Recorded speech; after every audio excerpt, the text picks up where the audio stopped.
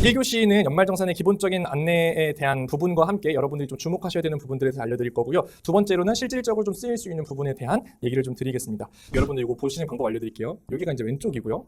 계정이 이제 오른쪽이다라고 이제 보시면 되는데, 비과세가 되는 식사대의 범위고, 기존에는 근로자가 사내급식 또는 이와 유사한 방법으로 제공받는 식사 또는 음식물이라고 하는 거고, 금액이 사내급식 등을 제공받지 않는 근로자가 받는 월 10만 원 이하의 식사대까지 이제 되었다가 결론적으로는 10만 원까지였는데 이제 그게 이제 20만 원까지로 바뀌었다라는 점. 뭐 이거는 우리가 그냥 알고만 있으면 되고, 혹시나 연말정산 항목에 봤을 때 회사가 이거를 제대로 처리 안 해줬다, 그럼 이제 요거를 근거를 들이밀어서 할 수가 있어요. 왜냐면 맨 밑에 보시면은 2023년 1월 1일부터 바뀌었기 때문에. 자, 그리고 이제 또 중요한 거.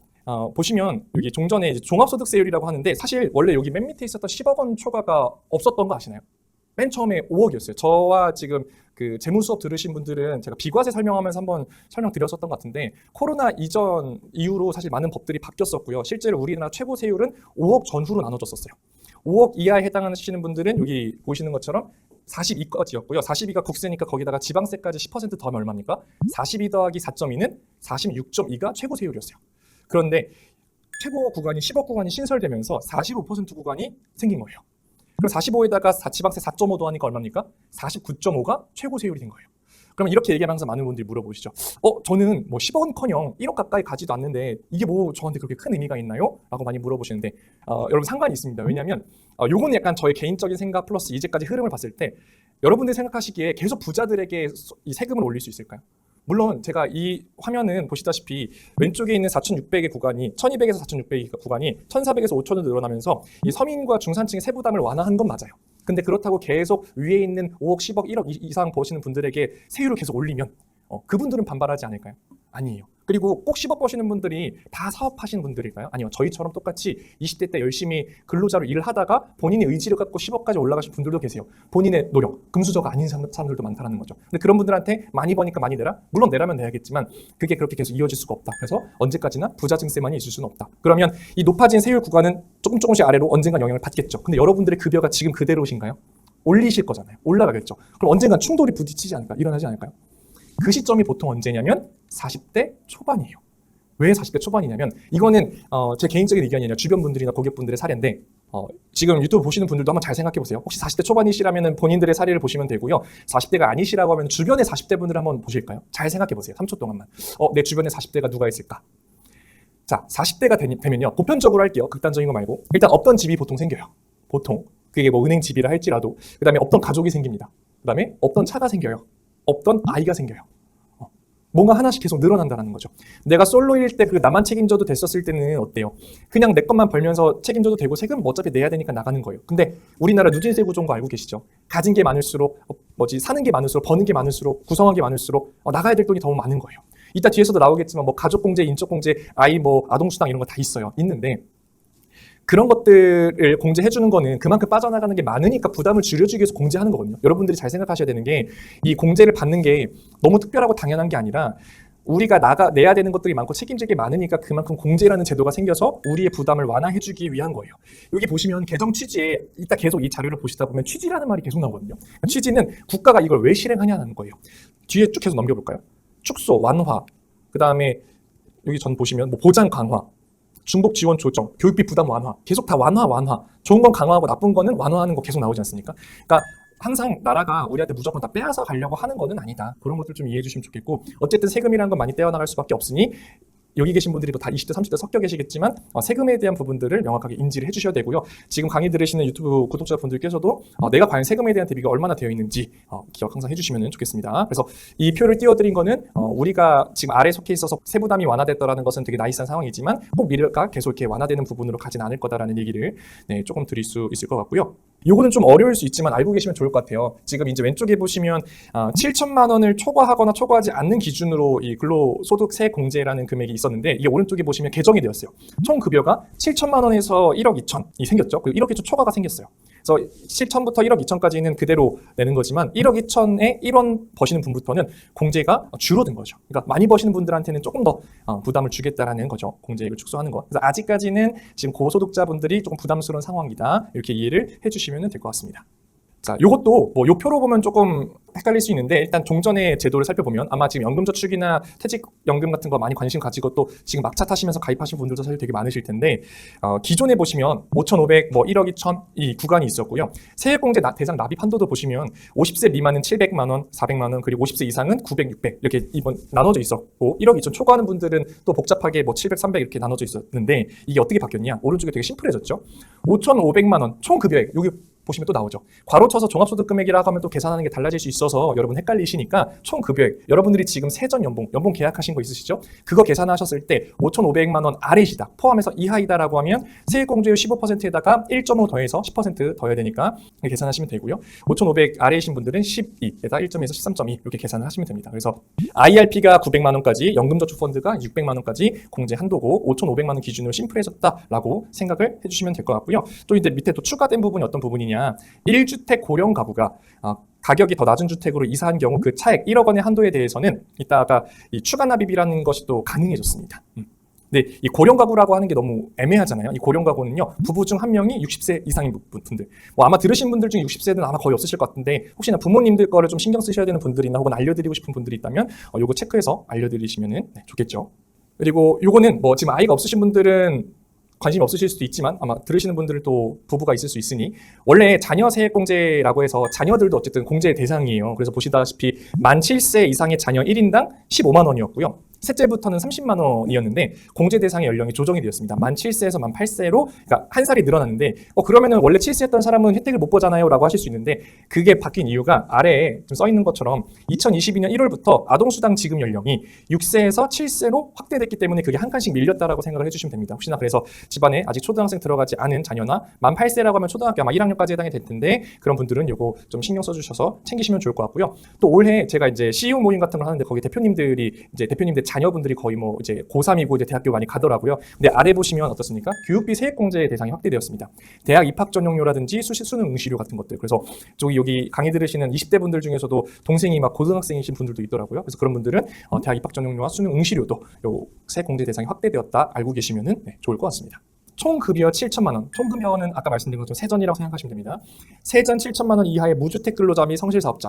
보통 세전 7천이라고 하면 대략 700을 빼서 계산하면 그래도 대기업 아래, 대기업 다니시는 분들도 사회초년생은 7천까지 안 되거든요. 그래서 보통은 20대에서 30대 초반 대기업 다니시는 분들이 세전 7천이 안 넘으시는 경우가 조금 대부분인데 그분들이 좀 잘 들으시면 좋을 것 같아요.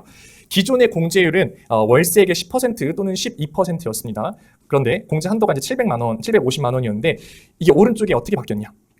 10에서 12%가 아니라 15에서 17로 바뀌었다는 거예요. 그리고 국민주택 규모 85제곱미터. 85제곱미터는 어떻습니까? 평수로 환산하면 25.7평 정도 되고요. 가구 들어가고 이것저것 따지면 실제로 실거주 면적으로 따져보면 한 10평대 중후반 정도 될까요? 그래서 혼자 살기는 나이스하죠. 투룸 정도면 괜찮은데 이게 둘이 살거나 거기서 아이까지 태어난다라고 하면 조금 쉽지 않은 평수가 될 겁니다. 근데 그 기준이나 혹은 기준 시가가 3억 원에서 4억 원으로 조금 확대되었다는 점 이것도 알고 계시면 좋을 것 같습니다. 그래서 공제율 향상이나 대상주택 확대는 23년 1월 1일부터 해당하는 부분들이고요.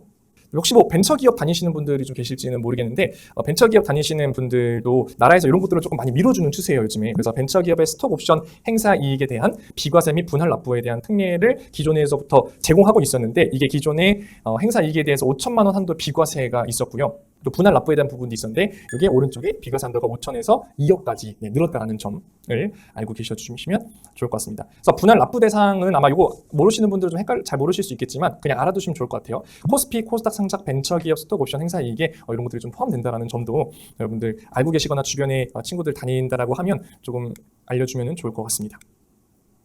그리고 요거 굉장히 이슈가 많았었죠. 고향사랑 기부제. 아마 요거 듣고 그냥 넘기시는 분도 계시고 나는 고향과 연이 안 좋아. 고향 보고 오줌도 안 넣어 이런 분들도 사실 많이 계세요. 그런데 보통 이런 것들이 이제 올해부터 신설이 되어서 많이 활성화가 사실 된 부분들인데 그냥 제가 한번 쭉 읊어드릴게요. 아시는 분들 계시겠지만 고향사랑 기부금에 대한 세액 공제라고 합니다. 취지는요. 쉽게 얘기해서 그냥 고향에 대해서 기부를 하면 그거에 해당하는 것보다 더 많은 것들을 좀 준다라는 거거든요. 그래서 대상은 거주자가 이런 법률에 따라서 지방자치단체에 기부한 금액에 대해서 연간 한도 500만 원 안쪽으로.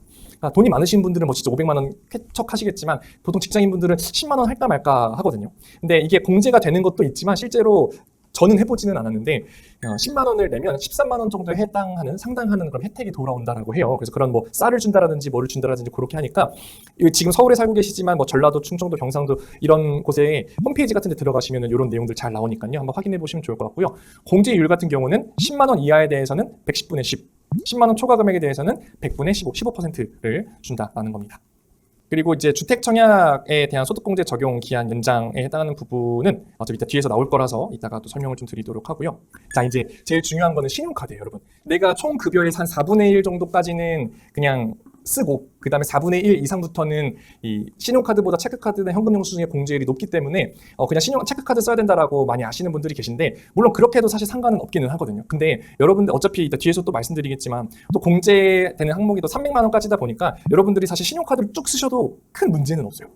혹시나 그래서 그렇게 알고 계신 분들은 너무 스트레스 받지 마시고 꼭 굳이 나눠 쓰지 않으셔도 그냥 신용카드만 사실 쭉 써도 큰 문제는 안 생긴다라는 얘기를 좀 드리도록 하고요. 근데 여기서 제가 말씀드리고자 싶은 부분은 뭐냐면 총 급여의 25% 초과 해당하는 사용 금액은 동일한데 이제 오른쪽에 보시면 영화 관람료라는 부분이 사실 추가되었어요. 여기 4번이죠. 3번이죠.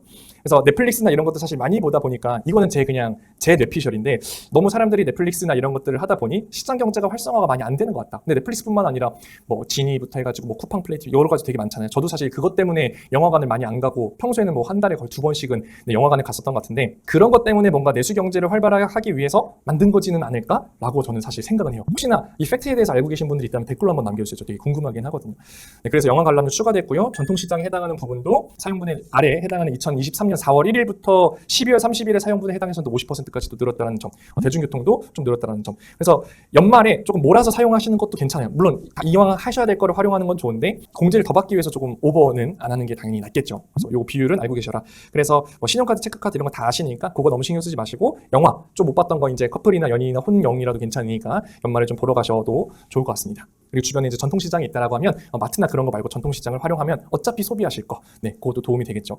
이게 처음에 좀 습관이 되어야 나중에 이제 결혼하거나 저 같은 경우는 나중에 결혼을 하게 되면 신혼집을 꼭 시장이 있는 근처에다가 갖고 싶긴 해요. 왜냐면 뭐 시장의 감성이나 그런 것도 있지만 실제로 돈 관리 측면에서 봤었을 때 똑같은 음식이지만 되게 싸요. 40세 초반에 이 딸이 2명이신 여성분을 연금 상담을 하고 왔는데 그분이 이것저것 다 파일을 아무리 남겨봐도 연금을 한 60하고 적금도 한 100도 못 하시고 뭐 보험 한 60만 원 내고 계시고 나머지는 다 애들 교육비 그다음에 한 달에 이제 4인 가족 생활비가 한 500 정도 나가고 대출상 한 120에 부모님 용돈 100 이렇게 하니까 두 부부 합산이 900만 원인데 조절할 게 없어요.